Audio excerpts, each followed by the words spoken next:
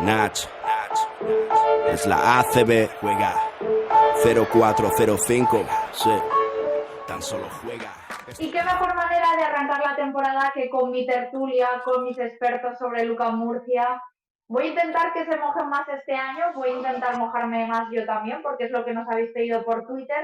Y por cierto, os recuerdo que este año también podéis mandarnos todo tipo de comentarios, de preguntas cada semana con el hashtag La Pizarra y mencionándonos a cualquiera de nosotros tres en nuestras cuentas personales. Dicho esto, voy a presentarles ya, que ya los tengo por aquí. Antonio García, compañero de Movistar Televisión, ¿qué tal el verano? Hola, ¿qué tal? Pues echando de menos el calor ya, la verdad. Y un poco el baloncesto también. Y Emilio Sánchez Molea, compañero de La Verdad, ¿qué tal? ¿Cómo estás? Hola, ¿qué tal todos? Nada, muy bien. Ya enseguida empieza todo el baloncesto de golpe y fuerte. Pues sí, y aquí lo vamos a analizar. Vamos a un poquito hablar de este proyecto de Luca Murcia para la temporada 2023-2024. ¿Qué os parece el equipo? Porque 8 caras nuevas va a haber este curso, 4 renovaciones, plantilla de 12+1, porque Wilson ya podemos confirmar que va a ser jugador exclusivamente de la primera plantilla, va a ser en principio la ficha 13, aunque bueno, esto luego nunca se sabe, porque puede haber lesiones, puede haber que alguna semana alguno quiera descansar, bueno, alguno no, Sito quiera que alguno descanse, mejor dicho. Antonio, ¿qué te parece el proyecto, la pinta que tiene este nuevo equipo? Que tiene, ha levantado mucho hype, por lo menos en redes sociales. Sí, me gusta y como tú dices, creo que ese es el primer objetivo de cada verano, ¿no? Que la gente se ilusione, ¿no?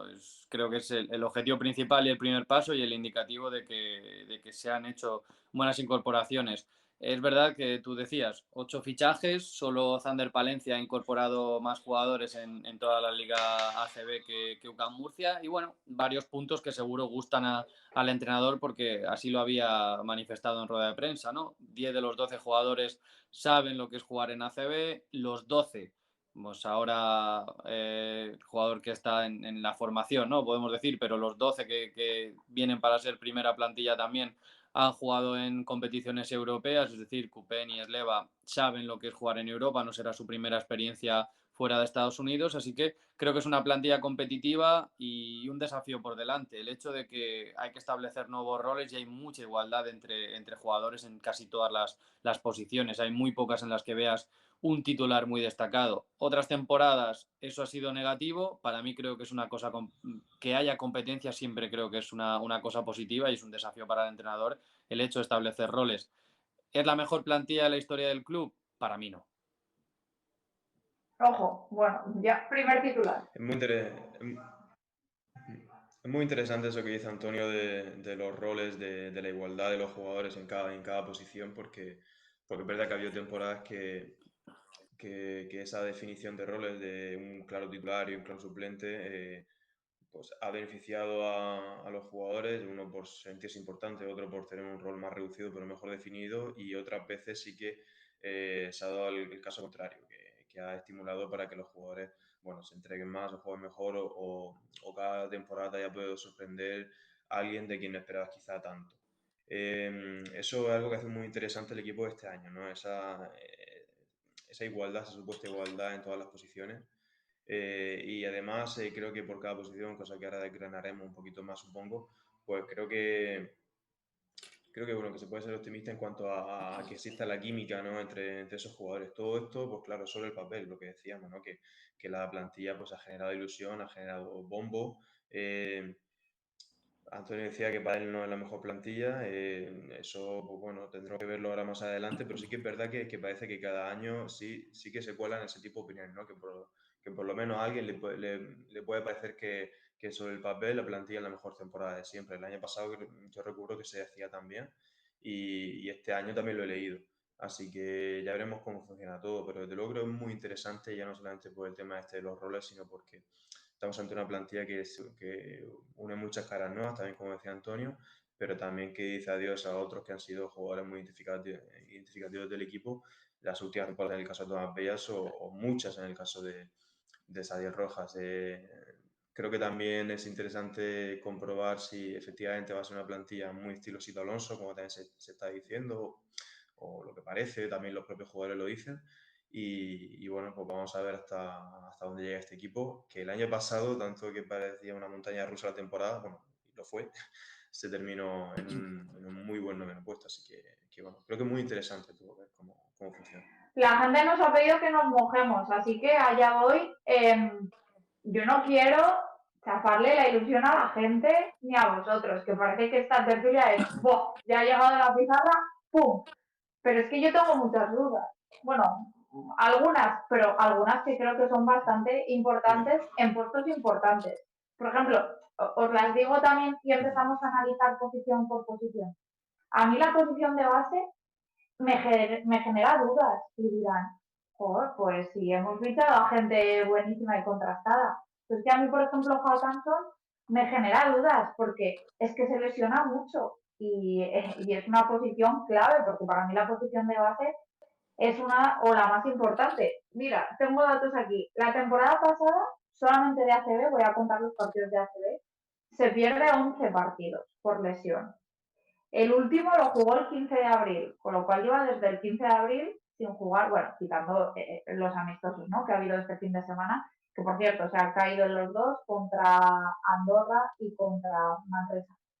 La anterior temporada es cierto que se perdió poco, solamente se perdió 3, pero la 2020-2021 se perdió 9. Quiero decir que es un jugador que suele recaer en sus lesiones o en sus molestias. Y aparte que, no nos olvidemos, condición de cupo, que para eso también está Will Falk, que es cupo, ¿no? Que sería el sexto cupo, pero que es más importante. Y como el Coupé me pasa un poco de lo mismo, porque va a ser su primera temporada en Liga Andesa, que va a ser el único jugador junto con Esleva que va a debutar en la Liga CB, pero es que ya vimos a Travis Trice el año pasado. Travis Trice llega a Murcia con el cartel de ser el, no sé si era el segundo, no sé si era el primero o el segundo mayor asistente de la Eurocup. Hay que ver cómo se adaptan estos tipos de jugadores. Es cierto que viene de jugar varias temporadas en Europa, pero también Travis Trice. También tuvo una lesión el año pasado, pero bueno, terminó la temporada bien, una lesión en el hombro, pero jugó los últimos 4 partidos del curso bien. Y tengo también la duda de cómo va a encajar, por ejemplo, con Dylan Ennis, que es un jugador que también absorbe y necesita mucho valor. Así que mis primeras dudas tengo más, pero si queréis, por la posición de base, ahí os las lanzo. Bueno, yo creo que el tema del estado físico de algunos jugadores es una de las claves para que, por ejemplo, yo diga que no me parece el mejor equipo de la historia, no solo por nombres, ¿no?, sino por esto que decimos. Ojo, que no me parezca la mejor plantilla sobre el papel no quiere decir que no pueda conseguir el mejor resultado, porque quizás las mejores plantillas por nombres no han sido las que más éxitos han logrado con la camiseta de UCAM Murcia. Es verdad, o sea, al final los datos están ahí en el tema de las lesiones y en el tema de la inexperiencia de Kupen como base ACB, pero creo que la mezcla es buena. Hawkinson seguramente, si no tuviese ese expediente de lesiones, quizás optaría a equipos pues tipo Juventud, Seguro. ¿no? El siguiente Gran Canaria, el siguiente escalón. Bueno, hablábamos de que los roles son un desafío para el entrenador, también este tipo de jugadores serán un desafío para los servicios médicos del club, para cuidar mucho su recuperación, también para que el entrenador los mime con el tema de dobles sesiones, de exigencias físicas, porque esto en alto nivel no hay que ser ilusos, en alto nivel no todos los jugadores entrenan de la misma manera, hay que cuidar el rendimiento de los jugadores para que el fin de semana lleguen en su mejor momento, ¿no? Pero creo que la pareja, sobre todo dentro del club, a mí por lo que me llega es que despierta mucha ilusión. Esos dos bases miran hacia muchas temporadas atrás para encontrar dos bases de características similares. Y un poco lo que decía en mi primera intervención, ¿quién va a ser el titular? ¿Quién va a ser el suplente? Quizás estamos ante la temporada que menos importa eso, si es que alguna vez importa, y más lo que tú señalabas, ¿no? Con qué jugadores los vas a rodear y cómo vas a crear esos quintetos y esas sinergias para que no se queden dos jugadores sin tocar mucho la pelota, para que se puedan explotar todas las virtudes de los jugadores. Quizás Hawkinson con Ennis y Kupen con San Ross. No sé, creo que Sito ahí tiene un juego muy divertido y no mucho tiempo para hacer pruebas, pero creo que la pareja de bases es distinta, complementaria y muy ilusionante. Dicho esto, lo dije en verano antes de irnos de vacaciones y lo digo ahora, Folk puede que sea el tercer base esta temporada y hay otros jugadores que pueden hacer las veces de base cuando estos dos no estén, pero yo sí echo de menos un papel más veterano ahí. Sí me hubiese encantado que Tomás Bellas hubiese podido ser ese tercer base veterano de pocos minutos, pero de mucha ayuda tanto en entrenamientos y para pegar a este equipo. Una situación o un rol que igual va a caer más en Jelinek, en Radovic o incluso en Howard Sanros, del que luego hablaremos. A mí el tema de los bases, la verdad es que me tiene tranquilo. Pues soy la Creo única que tiene dudas, que pues. son dos. Creo que sí, creo que en el base la única que ha tenido de los tres eres tú. Ahora a mí la verdad que me genera confianza, la verdad. Creo que los dos unos claros que hay, que son Hawkinson y Copen, son dos cromos bastante diferentes. Creo que eso siempre, bueno, o casi siempre ha dado un buen resultado, tener dos jugadores tan diferentes en esa posición y que en el caso de Copen, pues bueno, albergue diferentes capacidades, ¿no? Me parece un base muy todoterreno, un toro, un portento físico. Es verdad que los amistosos no valen para mucho, pero bueno, a mí me generó buenas sensaciones la forma que tenía de actuar, de en qué momento, bueno, buscar a otros jugadores o en qué momento decir, dame el balón a mí, que ya me encargo yo. Y luego es que hablamos de estos dos bases y es verdad que en temporadas anteriores siempre cuando pensamos en un tercer base pensamos en un jugador joven tipo, a lo mejor en el último caso, Klapsar o Andoni Kasvili. Creo que seguimos teniendo un tercer base que es Howard Sanros, que ya ha jugado de base en su carrera varias ocasiones y que de hecho el año pasado en su debut en la ACB en Zaragoza pues tuvo que hacer mucho de base. Sí. Y creo que además teniendo en cuenta todo esto que mencionabais de los problemas físicos de Hawkinson temporada tras temporada, creo que es el tercer base. Ahí tenemos a este hombre, porque además luego no creo que sea ganar un base y perder un alero, sino que también, ahora supongo que pasaremos a hablar de los aleros, tenemos también un juego exterior creo que muy complementario como decíais, pues todos pueden jugar minutos, así que bueno, creo que ahí está bien cubierto. Mis dudas ya aviso que están más arriba en el juego interior, pero de momento de lo que estamos hablando, yo estoy tranquilo. Creo que ese tercer base sería el caso del alero cubano y bueno, es una apuesta que es verdad que no es un Tomás Bellas, pero sí que es verdad que no es darle el timón a un jugador a lo mejor de 18, 19 años del que bueno, que le tienes ahí y es verdad que son jugadores que te pueden dar en algún momento algo en algún partido porque ese partido, pues bueno, las circunstancias le han permitido brillar a un gran nivel. Me estoy acordando de partidos como por ejemplo el de Andoni Kasvili contra Valencia, pero es verdad que es más difícil verlo, esa constancia semana tras semana. Creo que jugadores aunque no sea su posición principal, la de base en el caso de Sanros, pero las tablas que tienen le pueden permitir jugar a ese buen nivel siendo base. Pues pongamos quizá, vamos a imaginar que Hawkinson o Copen se lesionan 3 semanas. Pues 3 semanas creo que Sanros sí que te lo puede suplir muy bien. Así que bueno, yo por ahí la verdad que tranquilo. El resto del juego exterior, es que no sé si queréis que lo analicemos por estos escoltas y estos aleros, porque como hay varios que pueden hacer dos posiciones, porque yo he visto a Dylan en ACB jugar al 1, al 2, incluso al 3. A Jelinek ya lo hemos visto la temporada pasada hacer el 3 y el 2. La polivalencia de Howard Sanros también, ¿no? Que puede hacer cualquiera de las dos posiciones exteriores.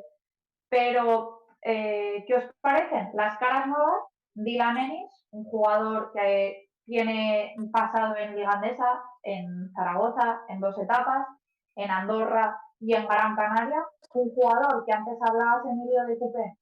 Dylan Ennis es un portento físico. Atléticamente es bestial, es muy fuerte, pero tiene ese... Bueno, eso a veces no se traduce en ser un gran defensor. Estar muy fuerte físicamente no te garantiza ser un gran defensor. Y ahí igual, entre él y McFadden, no tienes el contrapunto como, por ejemplo, si estaban Jordan Davis, McFadden el año pasado, aunque bueno, ya vimos al Jordan Davis del año pasado, ¿no? Vamos a ver también cómo llega McFadden, porque Georgia pues, le da el pasaporte, pero lo exprime 35-36 minutos cada partido. A ver si un besito para todos los amigos georgianos, pero a mí me pasa que a veces digo, bueno, a ver si ya los eliminan, aunque no sé qué es mejor, si venir más rodado o que venga ya y que haga la pretemporada. Luego jugar San Ross, para mí uno de los mejores defensores de exteriores de la liga la temporada pasada. Es cierto que parece que no brilla tanto porque la temporada de Casa en Zaragoza fue como fue, pero también él tuvo que asumir hasta que fichan a Jovic igual un rol con el que no contaban, que era hacer el 1, el 2, el 3 todo el rato, o sea, ser el importante todo el rato. Jelinek, que continúa, y un Rodion Kurucs, que está haciendo, sobre todo los últimos 2 partidos con Letonia, un gran nivel, que también tiene esa polivalencia, pero en su caso de ir al 4. ¿Cómo lo ves, Antonio? Mira, con el resumen que acabas de hacer tú, me acordaba que este verano tuve la suerte de estar en una charla de Mario Fernández, que es el director deportivo del Barça, y él contaba un poco que en cuanto a la estrategia a seguir para fichar jugadores en el club azulgrana, que ya se olvidan de fichar 2 bases, 2 aleros, 3 escoltas, que ellos ya van a perfiles, pues un jugador manejador, un defensor de perímetro, un tirador, o sea, como ya se está especializando todo mucho, ¿no? Y es un poco, en resumen, lo que tú comentabas, Olga. Al final hay muy pocos cromos repetidos, como decía Emilio al principio, y sí que se están yendo a perfiles que antes quizás no se tenían o perfiles ya más definidos para lo que se quiere empezar a trabajar a principio de pretemporada. El caso de Dylan Ennis, tú dices, sí, es un jugador muy vertical, pues quizás se tiene que poner las pilas en defensa y ser también un factor diferencial en defensa. McFadden, así como yo el año pasado creía que los primeros partidos de McFadden iban a ser bastante llamativos para bien, este año me genera más dudas. Me genera más dudas por el tema del campeonato del mundo, por dónde se está disputando, el volver, la cantidad de compañeros nuevos. Es verdad que él, bueno, el libreto de Sito lo tiene más que aprendido, pero tendrá que generar química con 2 bases y eso puede que sea costoso al principio. Y el tema de los aleros, yo creo que Jelinek va a tener una importancia capital esta temporada, tanto en la pista como fuera de ella. San Ross, tuve la suerte de poder ver un par de entrenamientos en pretemporada y me pareció un tipo inteligentísimo. O sea, más allá de lo que se puede ver en un partido, en un entrenamiento, cómo se comunica, cómo ve las ventajas, cómo reacciona de rápido, me parece que puede ser diferencial esta temporada. Y Kurus, pues esperándole, imagino que como todos, que esperando que se ponga la camiseta y sorprendido. No voy a mentir, sorprendido del nivel que ha dado en los últimos partidos de la primera fase del mundo básquet, y es otro jugador que en el club creen pueda explotar esta temporada en ACB, no como los años anteriores. Yo, bueno, siguiendo, como decía, seguimos hablando de juego exterior, yo sigo todo tranquilo, ahora ya hablaré con más dudas de los grandes, El hombre pero tranquilo, bueno, cogiendo el Emilio, ¿eh? perfil de Antonio, El tembleque viene a ¿eh? partir del 4. El hombre tranquilo. Se nota Sí, que es que ahí está de ya, vacaciones aún. de vacaciones, de vacaciones. Madre mía. No, bueno, ahora sí, ahora hablaremos de los grandes, pero bueno, cogiendo el guante de Antonio que ha terminado hablando de Kurucs, pues bueno, es que hay que recordar, ¿no? Que Kurucs o sea, es un exjugador NBA que de hecho empezó la NBA, bueno, iba a decir por la puerta grande y va a ser un poquito exagerado, pero bueno, pero prometiendo mucho. Su mejor temporada en NBA de hecho fue la de rookie. Luego tuvo unos problemas que, bueno, no sé si lo mencionamos o no, bueno, tuvo unos problemas extradeportivos que creo que afectaron un poquito su progresión y pasó a convertirse un poco en moneda de cambio, pero es un jugador que fue canterano del Barça y que cuando le llegó el momento de a lo mejor ya llegar a la primera plantilla del Barça y seguir, bueno, iba a decir asentarse, pero bueno, seguir asomando la cabeza, ¿no? En ese primer equipo, decidirse la NBA con creo que 9 partidos nada más de experiencia en la ACB. Y bueno, es que es un jugador que por capacidades, por posibilidades es tremendo. Estamos de un alero que mide 2,05, fortísimo, muy buen tiro exterior. Así que la materia prima está ahí. Luego la vuelta a Europa puede ser un poquito complicada. En el Partizan, llegó un Partizan que bueno, iba como un cohete, ¿no? Y luego para la temporada de Euroliga no se cuenta con él. El Betis empieza un poco y termina mal, pero a mitad de temporada va al Estrasburgo y ahí ya le va mucho su nivel de juego. Así que es muy interesante ver Kudus vemos en Murcia, porque también le está ante su gran oportunidad, ¿no? Ahora de decir, venga, voy a demostrar que sí, que soy un jugador de ACB y que puedo relanzar mi carrera hacia lo que se podía prever que podía ser este jugador. Y bueno, es también un poco lo que comentaba Antonio, que decía Mario Fernández, ¿no? De fichar perfiles. Yo este verano un día hablé con José Miguel así de manera un poco más distendida y me decía eso, que dice, mira, dice, nunca vamos a fichar un jugador que sea, este jugador es un 3 y ya está, ¿no? Un 3 que pueda bajarte al 2, un 2 que pueda subirte al 3, un 4 que pueda bajar al 3, un 3 que te pueda subir al 4. En el caso de Kurucs es eso, y en el caso del resto de jugadores que se han fichado por la línea exterior también. Creo que el único 2 puro que hay es McFadden, pero es un perfil de lo que hablamos, no es un especialista, es el que que a lo mejor te puede fallar 7 triples, pero lo mismo te mete octavo, noveno, décimo y undécimo de seguido, que te puede revolucionar el partido en un momento. Aparte ahora creo que también conforme va cumpliendo años esa especialidad se vuelve más peligrosa, ¿no? Porque juega menos minutos y puede ser más peligroso, y además el rol está más definido. Y en el caso del resto, pues bueno, Jelinek creo que también, sobre todo a principio de temporada, y también teniendo en cuenta que no están ahora mismo Radovic y McFadden, que están en el Mundial, creo que es muy importante.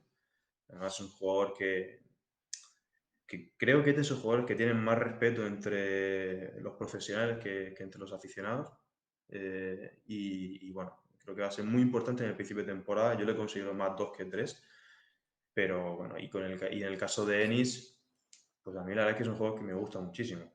Creo que también tiene una cuenta pendiente por cómo sale de Gran Canaria, que él pensaba que iba a seguir otro año más. El Gran Canaria le comunica que no quiere continuar con él, así que bueno, creo que esa mezcla de cuentas pendientes de los jugadores consigo mismo o con la ACB y esa posibilidad de jugar diferentes posiciones, a mí me transmite buenas sensaciones. Mira, ahora que decías lo de... Como digo, estamos hablando de jugadores exteriores. Ahora que decías lo de Jelinek, voy a contar una cosa que me llamó la atención en eso, lo que pude ver un poquito de entrenamientos de inicio de pretemporada, y es cómo se acercaban, por esto que decías tú del respeto que se tienen entre jugadores, ¿no? Cómo se acercaban muchos de los nuevos Sí. a preguntarle cosas de movimientos que pedía Sito, de inicios de jugada, de las primeras normas que iba poniendo el técnico de Luka Murcia en la plantilla, y cómo eran muchos los que iban a él, y él enseguida hablaba con unos, con otros. Bastante diferente a San Ros, que bueno, estaba siempre como en un segundo plano, pero cuando tenía que hablar sin necesidad de levantar ninguna voz, le escuchaban con bastante interés.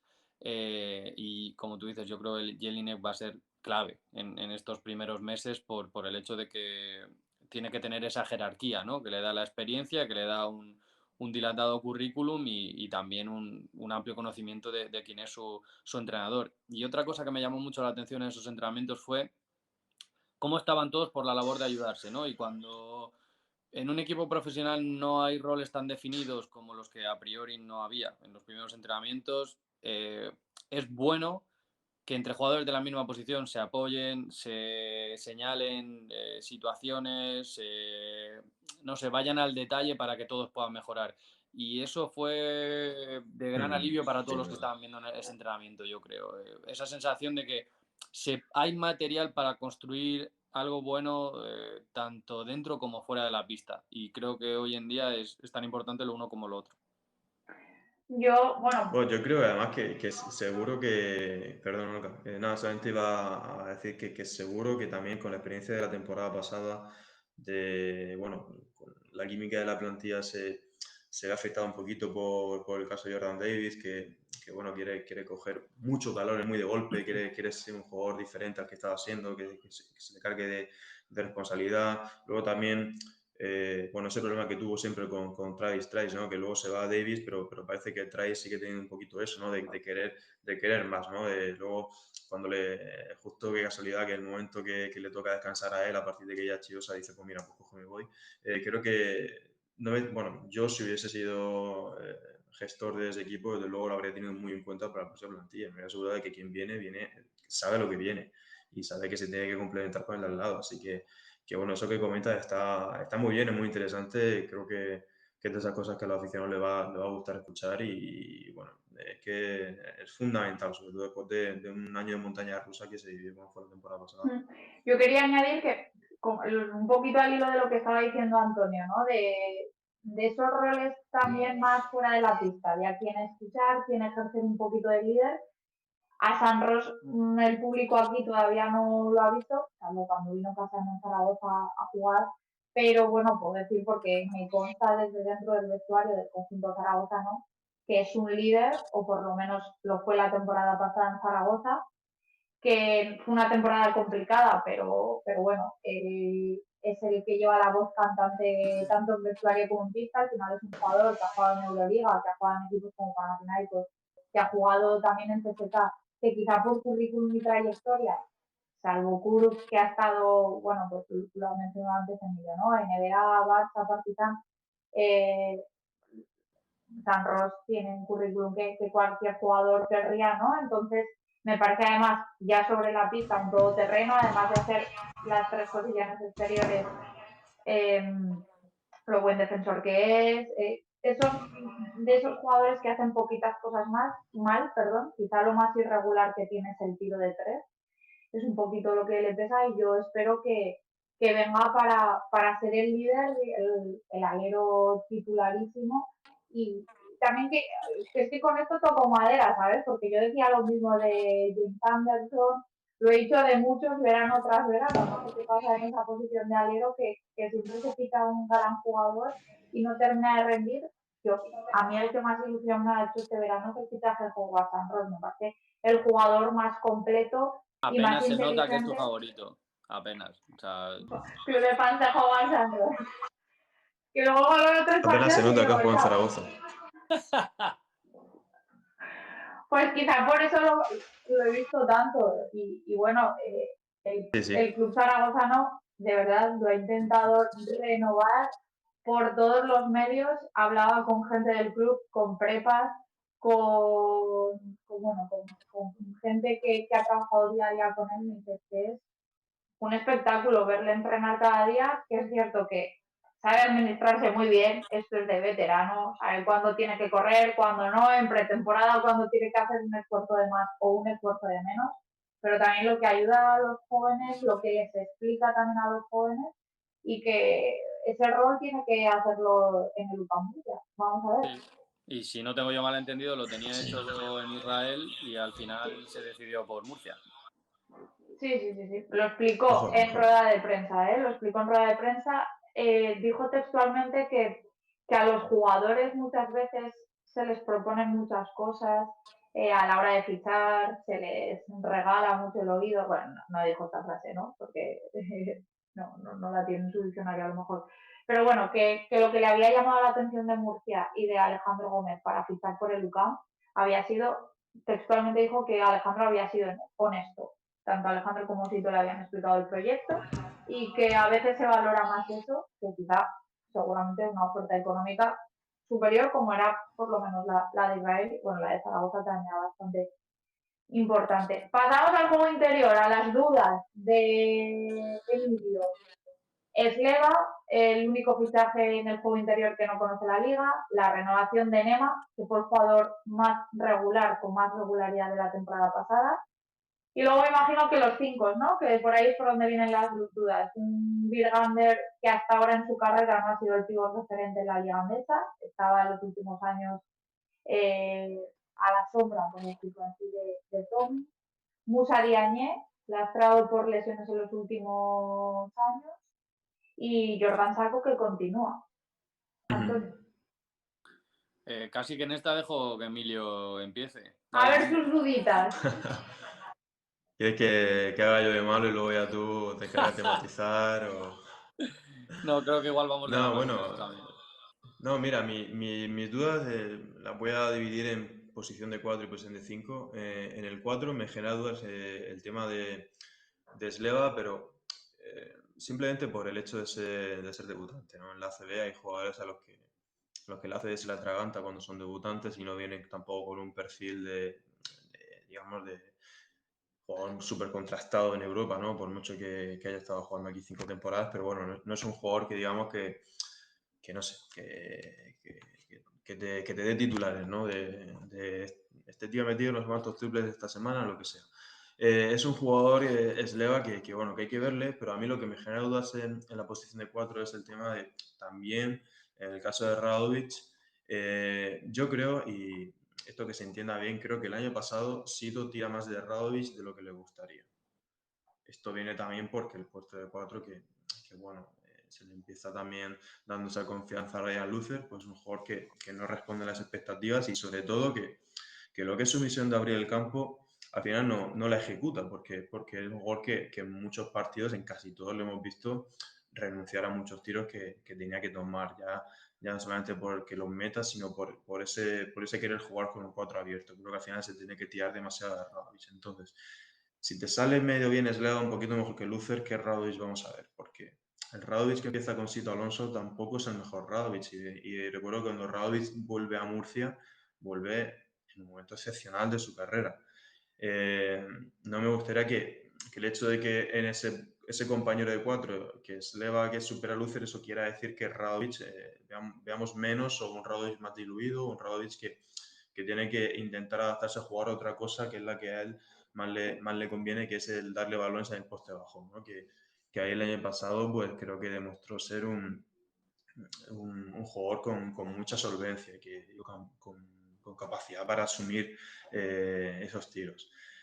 Entonces ya no es tanto el tema de qué le vamos a ver, que yo sin esperarme una estrella, bueno, creo que con que mejore a Luce su papel lo cumple, tampoco espero que sea web, pero sobre todo eso, ¿no? Cómo puede afectar al otro compañero de la posición de 4 que es Radovic, pues sobre todo por el Radovic que vimos cuando sí que había un 4 que respondía a lo que quería Sito, y al Radovic que vimos el año pasado, que se tuvo que multiplicar y oye, y así bien lo hizo. Y luego en el puesto de 5, pues simplemente, pues Musa Diagne por las temporadas que viene atrás, que un jugador que además depende mucho de su físico, aún así de decir que yo el partido que vi en pretemporada le vi muy activo Sí. y muy bien, pero bueno, esto es muy largo y hay muchísimos partidos. Jordan Sacco creo que es un jugador que se le puede pedir lo que se le puede pedir y con eso yo estoy muy contento. A mí es un jugador que me gusta asumiendo las funciones que asume. Y Bergander simplemente porque se ve en un escenario que no se ha visto antes en su carrera, de ser un pívot tan protagonista. Creo que estar un poco a la sombra de Tomic no es negativo en cuanto a que no te deje jugar, sino también es positivo en cuanto a que se vive bien, ¿no? con Tomic. Creo que el perder responsabilidad también te hace jugar más libre, con menos presión.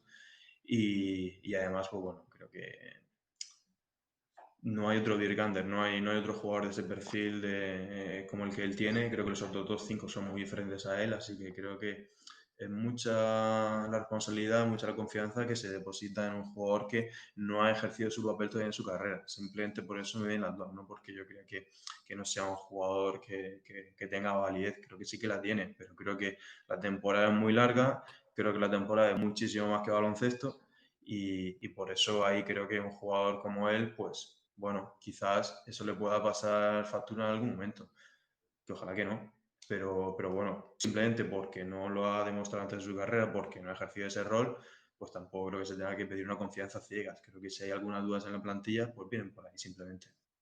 Antonio, espera, antes de que lo digas tú, que yo me refiero también a las dudas que puedo tener yo por el sentido de el año pasado, además lo inicié yo, ¿no? Un poquito, yo pensaba que venían tanto Pustovoy como Ilimanedio a reivindicarse, a demostrar que pueden volver a ser jugadores Euroliga.